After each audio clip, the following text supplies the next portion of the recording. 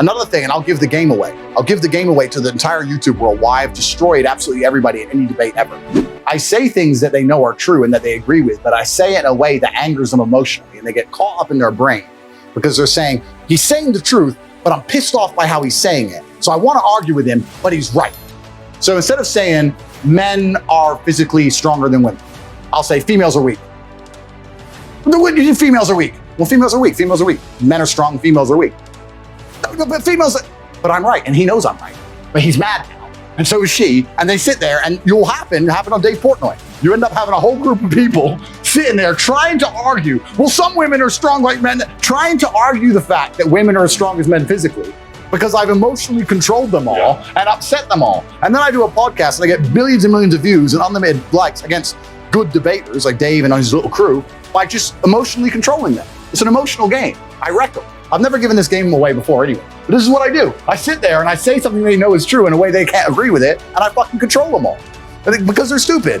If I was me, I'd be like, yeah, okay, perhaps I don't like the way you phrased it, but you're very true. That takes intellect. People are emotional. So this is why I wreck all of them.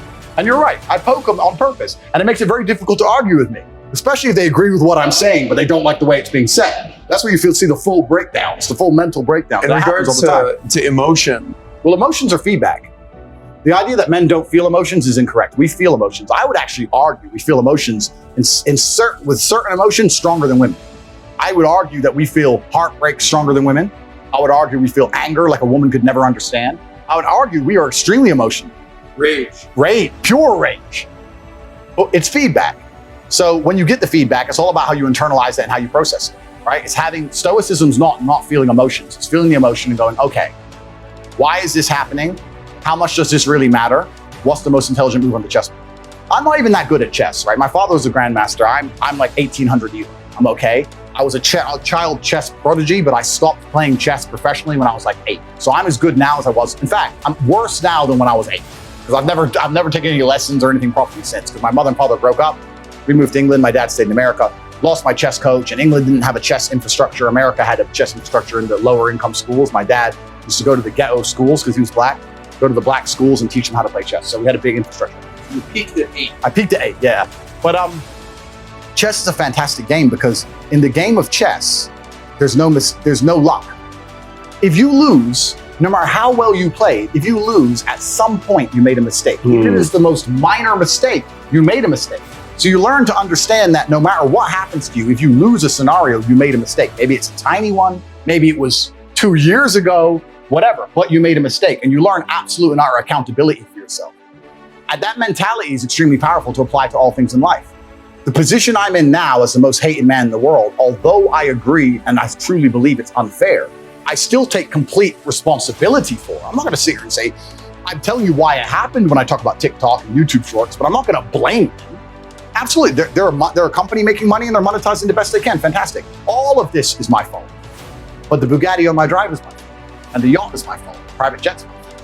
So it's all my fault. So I take the good with the bad. I take all responsibility for absolutely everything, including if a woman leaves me, if a woman stays, if I end up heartbroken, if I end up filled with rage, I take responsibility for that. If something happens to me that makes me enraged, I will take responsibility. Why has this happened to me? Why do I feel this way? How did I end up in this position? Is this healthy in this scenario? And sometimes it is. I've had scenarios in my life where I was prepared to die to protect somebody else, and I was enraged, and it was healthy. I've also had times where I'm in a room by myself, enraged, sitting there going, this is no good for anybody. I need to just calm the fuck down. So emotions are feedback, but stoicism is the ability to process them. And that's what you need to learn as a man. You're never gonna be able to turn them off. You're gonna feel them. You have to learn how to process them and turn them into a positive. It's energy, it's unlimited energy. I say this all the time. I say that the biggest periods of transformation in my life is when everything was going wrong. When my life was going good, I'm not a hedonistic person. I don't do drugs, I don't gamble, I don't do prostitutes, I don't do anything that hedonistic. But I'll certainly go on the yacht with a bunch of women I know and chill and have some vodkas and that kind of thing. When life's smooth, then it's semi-hedonistic, pretty relaxed. But when I make my biggest progress, when I really change who I am and change the world, that's when everything's fucked. When things go wrong, or I'm feeling things I don't want to feel, or bad things are happening, that's when I'm like, okay, I currently cannot sleep. I've completed the day's tasks. I've tried to go to bed. I can't sleep. more shit has to be done. That's when the amazing things happen in my life. When I was heartbroken, when I was whatever, everyone's been heartbroken, I can't remember a specific example, I hit the gym harder, right? If something goes wrong with your payment processor, that's when you get fucking inventive. That's business, right? That's when you get inventive. So all the bad things that happen to you as a man, if you're stoic, you get to take unlimited energy.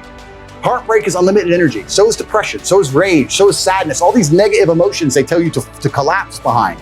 It's like, people talk like, Bruce Lee says, be like water. And people see that as be fluid and just go with the flow. I disagree. If you're like water, you're necessary for life. You are scary when you're enraged. You're powerful. You're beautiful when you're calm. You're so many things when you're like water, right? So if I'm enraged, it's like water behind a dam. You just got to put the dam in place, and you got to get the turbo, the hydroelectrics put in. Don't tsunami your life. Put the energy somewhere. And this is the most beautiful thing about it, because people message me all the time like, oh, but Tate, you don't know how sad I feel. No, incorrect. I know exactly how sad you feel. Difference is I used it. And you're sitting here still crying, some random guy on email for the fucking third month in a row. That's the difference between you and me, my friend. I was becoming a world champion kickboxer. I got to a point, people often talk about depression and say I don't understand it. I will say, listen, there's been times in my life where I was fully functional as an adult. I would never label myself depressed because I don't believe in the idea of labeling myself in the negative, because I don't believe in things that take power from me, which we'll talk about in a second. But there's been times in my life where I didn't give a fuck if I lived or died. There's been times in my life where I went to fight a man for money, and I didn't give a shit if I lost and even woke up again. Didn't give a fuck. I had nothing worth living for. I was brokey, didn't have a girlfriend, didn't have any fucking money. Got a 2-day call to fight some world champion. Had to lose 10 kilos in 2 days. Had nothing else going for me. Got on a plane to Dagestan and fucking won. There's been times I've done that. By all conventional wisdom, I was depressed. I was suicidal, but I was just like, no, I don't give a shit. And that's when I was at my most powerful. Now if I get that call, I'm like, bro, I got a new car outside and shit. I'm not going to Dagestan, bro. Going to where? Sorry, how much money? Nah. But back then I was like, yeah, cool. Who is he? Oh, this guy. All right, fine. I didn't give a fuck. I was most powerful when I was sad, when I was depressed, when all these things.